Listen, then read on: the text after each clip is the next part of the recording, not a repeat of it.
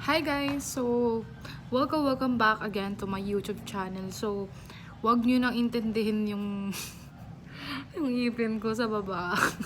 Papaayos ko yan bago graduate ngayong year.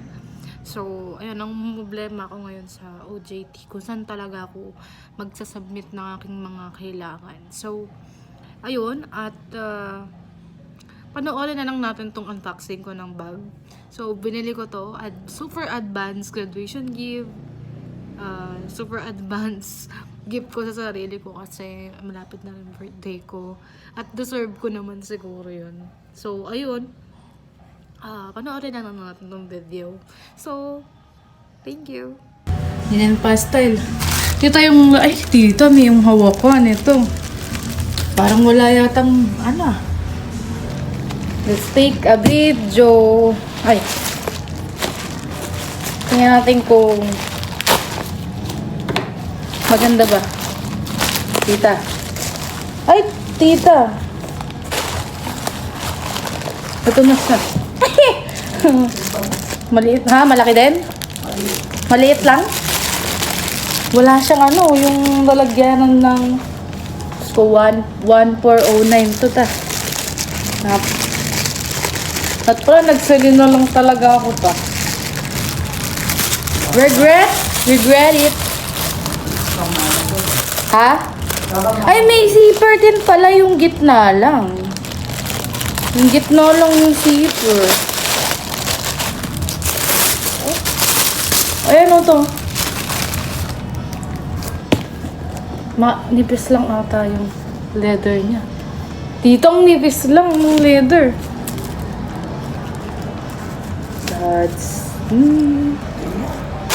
Wait lang.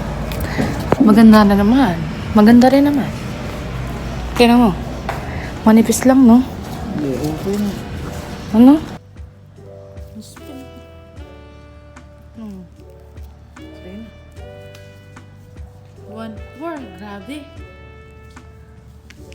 Grabe.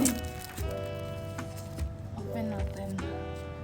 Grabe, super advanced. Matigas din yung handle ta.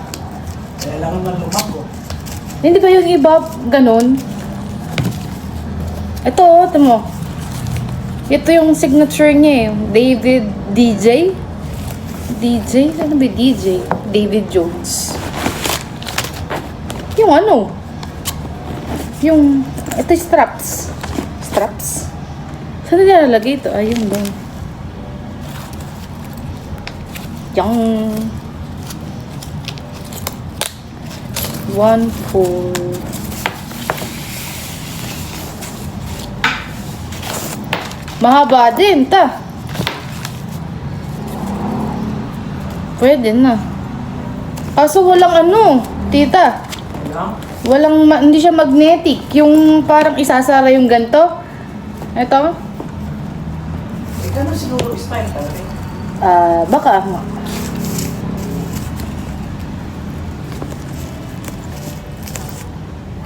nga. It's strapless. My Persever bag.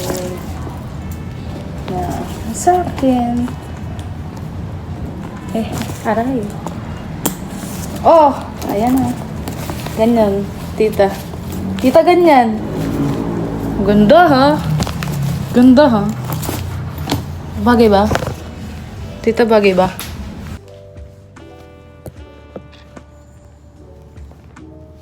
Bagay ba ta? Hindi. Maliit. Pwede na. Ito na po yung bag ko. 1-4 po. Ang cute.